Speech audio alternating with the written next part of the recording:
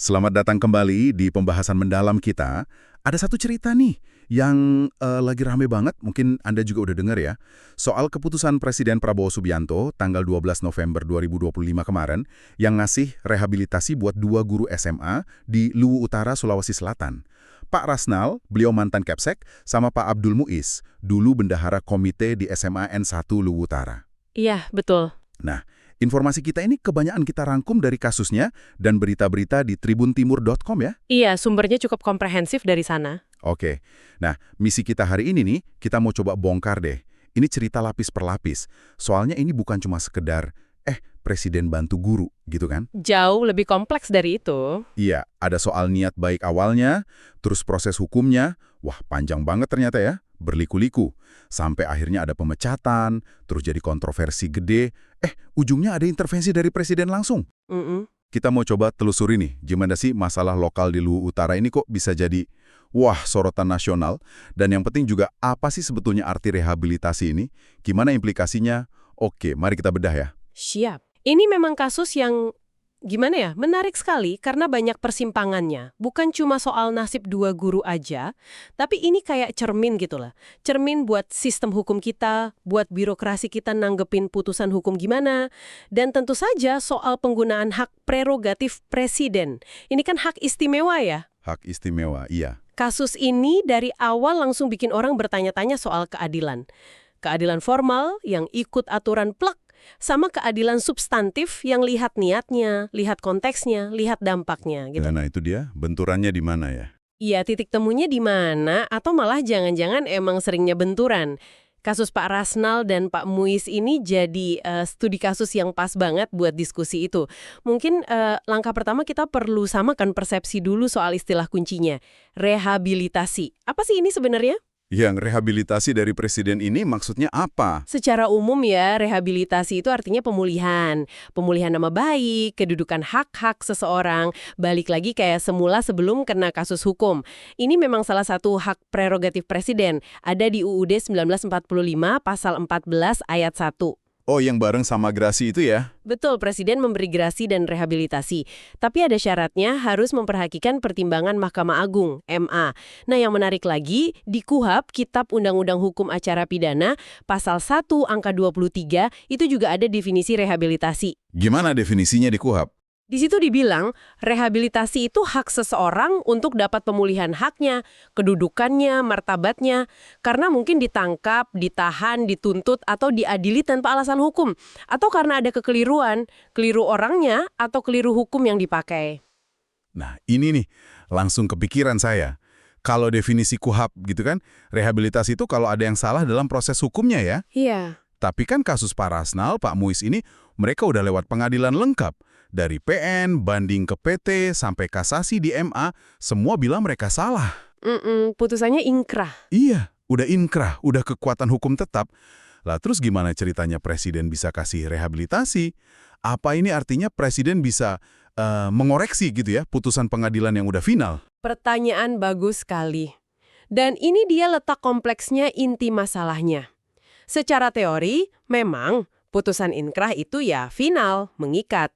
Rehabilitasi versi KUHP tadi emang seringnya dipahami buat kasus yang terbukti ada salah proses, salah tangkap, salah hukum. Oke. Tapi hak prerogatif presiden di UUD 45 itu nggak secara eksplisit dibatasi cuma buat kasus salah tangkap atau salah hukum aja. Pasal 14 ayat 1 cuma bilang memberi grasi dan rehabilitasi dengan memperhatikan pertimbangan Mahkamah Agung. Titik. Jadi nggak ada batasan eksplisit ya? Betul. Grasi itu kan pengampunan atau ngurangin hukuman pidana. Rehabilitasi fokus ke pemulihan nama baik dan hak. Dua-duanya ini bentuk intervensi presiden terhadap akibat hukum dari putusan pengadilan. Jadi, bisa aja ditafsirkan kalau presiden, ya tentu dengan pertimbangan MA, punya ruang buat ngasih rehabilitasi meskipun putusannya udah inkrah. Oh gitu. Mungkin dasarnya pertimbangan kemanusiaan atau keadilan substantif tadi, atau mungkin ada kepentingan lebih luas. Walaupun secara hukum formal orang itu ya divonis bersalah.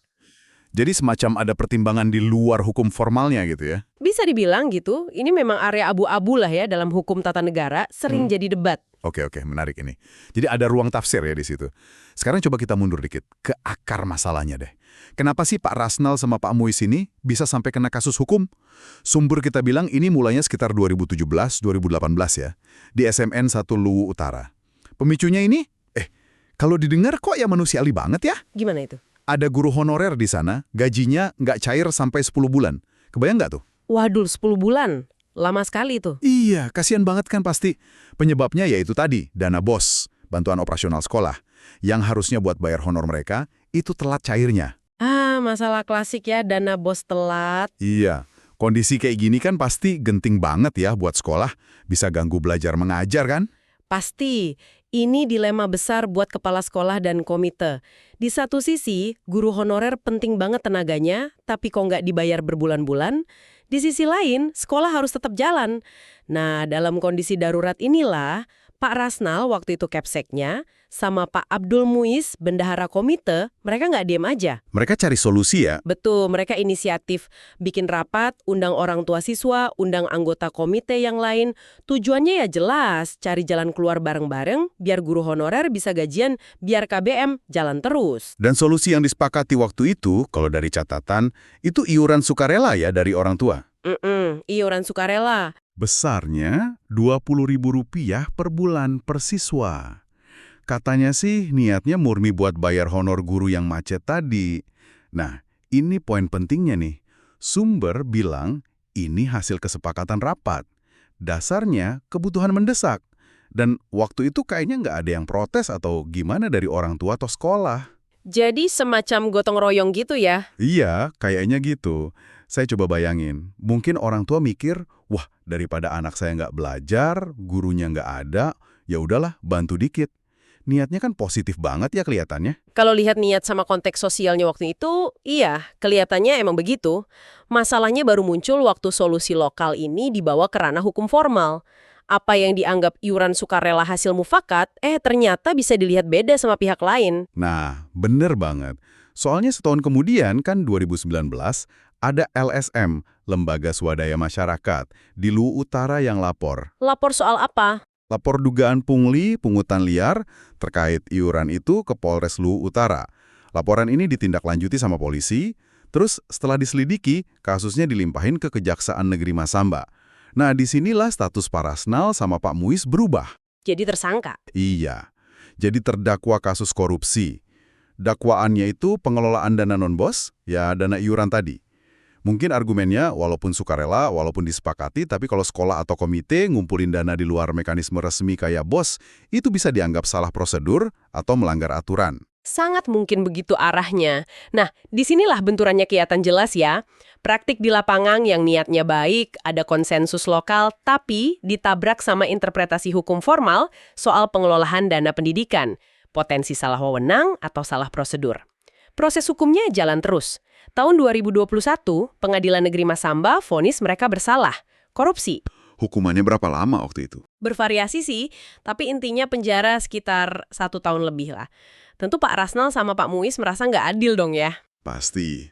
Mereka banding. Iya, banding ke Pengadilan Tinggi Makassar. Tapi hasilnya sama aja.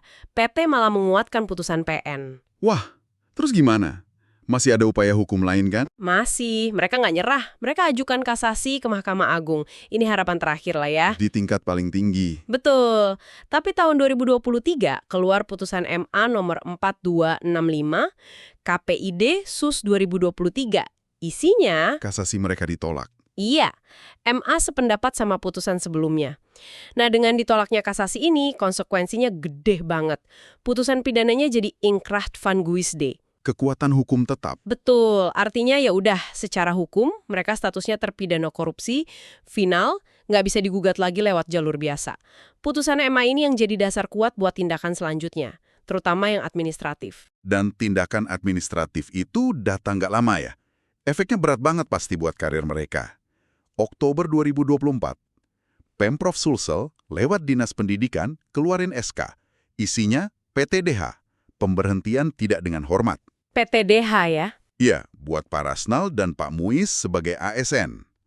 Kadisdik Sulsel waktu itu Pak Iqbal Najamuddin jelasin. Katanya ini bukan pilihan, tapi keharusan hukum. Karena udah ada putusan korupsi inkrah itu ya? Tepat. Menurut aturan disiplin ASN, ya kalau udah terbukti korupsi secara hukum, harus di PTDH. Jadi dari kacamata birokrasi, ya ini cuma menjalankan aturan aja. Konsekuensi hukum yang udah final. Nah, ini kelihatan kan sistemnya kerja berjenjang. Putusan pengadilan inkrah langsung nyambung ke sanksi administrasi kepegawaian. Bagi sistem, ya udah, jelas. Vonis korupsi final, sanksinya PTDH. Titik. Nggak ada ruang lagi buat lihat niat baik atau konteks sosial di tahap ini karena dasarnya ya putusan MA tadi. Nah, justru keputusan PTDH ini yang jadi, pemicu reaksi publik yang gede banget. Kalau sebelumnya mungkin kasusnya ramainya lokal aja ya. Tapi begitu dipecat, langsung jadi isu nasional ini. Protes, simpati, datang dari mana-mana. Guru-guru lain, masyarakat umum, alumni SMA 1 Luwu Utara, bahkan sampai DPRD Sulsel. Banyak yang merasa nggak adil ya berarti. Iya, banyak banget yang ngerasa pemecatan ini, ya oke mungkin sesuai aturan formal, tapi kok rasanya nggak adil banget kalau lihat akar masalahnya. Narasi yang kuat kan itu, niat baik dibalas hukuman berat. Iya, sampai kehilangan pekerjaan, status ASN pula. Betul. Kasus ini jadi kayak simbol gitu ya. Gimana aturan kaku bisa makan korban orang yang niatnya nolongin situasi sulit. Reaksi publik ini menarik ya, menunjukkan ada gap persepsi yang tajam antara sistem hukum dan birokrasi yang lihat ini sebagai pelanggaran hukum, korupsi final, dengan sebagian besar masyarakat yang lihatnya sebagai upaya penyelamatan pendidikan yang mungkin salah prosedur tapi niatnya mulia. Dan dukungan ini nggak cuma simpatian, ada tindakan konkret juga. Ada, ya. DPRD Sulsel misalnya, responsnya serius banget. November 2024 itu mereka sampai bikin RDP, rapat dengar pendapat khusus bahas ini. Mereka undang Disdik Sulsel, kuasa hukumnya guru-guru ini, perwakilan keluarga juga. Hasil RDP-nya lumayan berani loh. Ada 3 rekomendasi penting. Apa aja itu rekomendasinya? Pertama, minta hak kepegawaian Pak Rasnal sama Pak Muiz dikembalikan semua. Kedua, minta nama baik mereka dipulihkan, direhabilitasi. Ketiga, mereka bawa rekomendasi ini ke tingkat nasional, ke DPR RI, bahkan langsung ke Presiden. Wah, serius berarti DPRD-nya? Serius. Selain DPRD, dukungan juga ada dari organisasi lain, kayak PBI Kami Sulsel, terus Kerukunan Keluarga Luwu Raya KKLR. Semuanya senada ya? Iya, nadanya sama. Pemecatan ini nggak proporsional, nggak adil lihat konteks awalnya. Bahkan ada info menarik juga soal peran Ibu Andi Tenri sama Bapak Marjono, katanya sampai nemuin Presiden Prabowo langsung buat perjuangin ini. Wow, sampai lobi ke presiden langsung ya. Ini menunjukkan advokasinya intensif banget sampai level tertinggi. Iya, perjuangannya nggak berhenti di daerah atau media aja. Masuk awal 2025, langkahnya lebih formal lagi.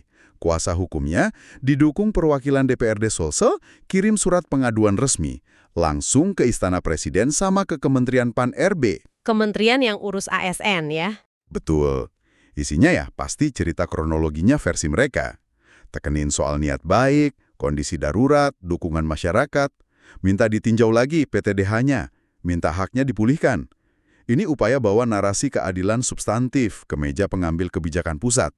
Dan upaya advokasi ini, ditambah tekanan publik, sorotan media yang nggak berhenti, kayaknya berhasil ya. Kita sampai ke puncaknya nih, tanggal 12 November 2025 itu. Kabar yang ditunggu-tunggu datang, Presiden Prabowo lewat Setnek keluarin surat keputusan rehabilitasi buat Pak Rasnal dan Pak Abdul Muiz. Akhirnya ya, ini langkah besar loh. Jarang-jarang kan ada rehabilitasi buat kasus korupsi yang udah inkrah. Betul, sangat signifikan. Isi suratnya apa itu? Cuma pulihin nama baik aja? Nggak cuma itu. Isinya komprehensif. Pertama, yaitu tadi, yang paling penting secara moral. Pemulihan nama baik secara eksplisit. Mereka diakui lagi sebagai ASN berjasa di bidang pendidikan. Wah, ini pengakuan penting ya? Banget. Tapi nggak cuma simbolik. Surat itu juga instruktif. Presiden nugasin Kemendikbudristek sama Pemprov Sulsel buat langsung tindak lanjuti. Tindak lanjutnya apa? Pengembalian semua hak administratif kepegawaian mereka yang dicabut gara-gara PTDH, termasuk status ASN-nya, dan juga, ini krusial banget, hak pensiun sama tunjangan-tunjangannya. Oh, jadi sampai ke hak pensiun juga ya? Iya, Jadi rehabilitasinya ini nyata dampaknya, bukan cuma nama baik, tapi juga status dan kesejahteraan mereka dipulihkan. Wah, pasti disambut gembira banget ya ini sama keluarga, pendukung, masyarakat Luwu Utara. Kayak akhir bahagia gitu ya dari drama panjang ini. Bisa dibilang begitu. Rehabilitasi ini kayaknya jadi jawaban gitu ya, atas suara publik, atas advokasi yang gencar itu, yang ngerasa putusan hukum formal sama sanksi administrasinya kok nggak pas sama rasa keadilan masyarakat. Tepat sekali. Coba kita rangkum ya perjalanan panjang ini. Mulai dari inisiatif Pak Rasnal dan Pak Muiz di sekolah buat atasi gaji honorer macet karena bos telat, inisiatif iuran sukarela, niatnya baik, ada kesepakatan lokal, malah keseret kasus hukum korupsi dana non-bos. Divonis salah di semua tingkat pengadilan, sampai kasasi MA, ditolak. Inkrah. Konsekuensinya, PTDH sebagai ASN. Tapi, pemecatan ini malah picu reaksi publik besar-besaran, dukungan dari mana-mana, advokasi sampai ke presiden. Puncaknya, Presiden pakai hak prerogatifnya, kasih rehabilitasi. Nama baik pulih, hak-hak kembali.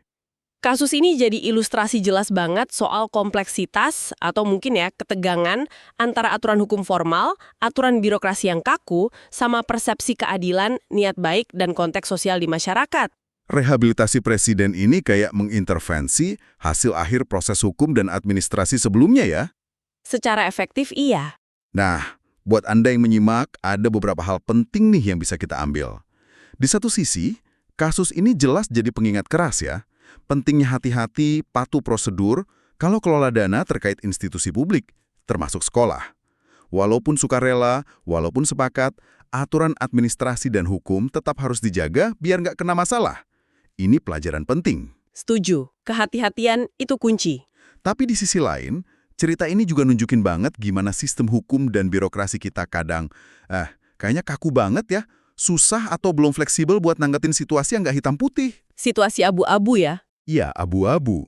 Niat baik, kondisi darurat, solusi pragmatis di lapangan, nabrak aturan formal. Rehabilitasi presiden ini memang nutup babak pahit buat Pak Rasnal dan Pak Muiz ya. Tapi sekaligus buka lagi diskusi yang lebih dasar buat kita semua. Keadilan yang kita cari itu yang kayak gimana sih? Cukup prosedural aja? Atau perlu juga keadilan substantif? Rangkuman yang bagus sekali. Dan ini bawa kita ke pemikiran penutup ya, pertanyaan buat Anda renungkan nanti. Kasus ini kan memunculkan pertanyaan penting. Sejauh mana sih kita anggap pas penggunaan hak prerogatif presiden kayak rehabilitasi ini? Apalagi kalau dipakai buat, ya bisa dibilang ngoreksi atau ngelonakin dampak dari proses hukum yang formalnya udah final, udah inkrah. Iya juga ya. Apakah ini mekanisme katup pengaman yang bagus buat mastiin keadilan substantif tercapai kalau sistem formal rasanya buntu? Atau jangan-jangan ini malah bisa buka pintu intervensi yang bisa ngelemahin kepastian hukum, ngelemahin independensi peradilan ke depannya? Dilema ya. Betul. Dan lanjutannya, gimana kita sebagai bangsa nyimbangin dua kutub ini? Kebutuhan akan aturan tegas, konsisten demi kepastian hukum, sama keharusan moral dan sosial buat tetap lihat faktor non-legal kayak niat baik, konteks unik, rasa keadilan masyarakat. Ini dilema klasik hukum dan tata negara. Jawabannya mungkin nggak pernah simpel, tapi kasus kayak gini maksa kita buat terus mikirin ini. Download Tribun X sekarang. Menghadirkan lokal menjadi Indonesia.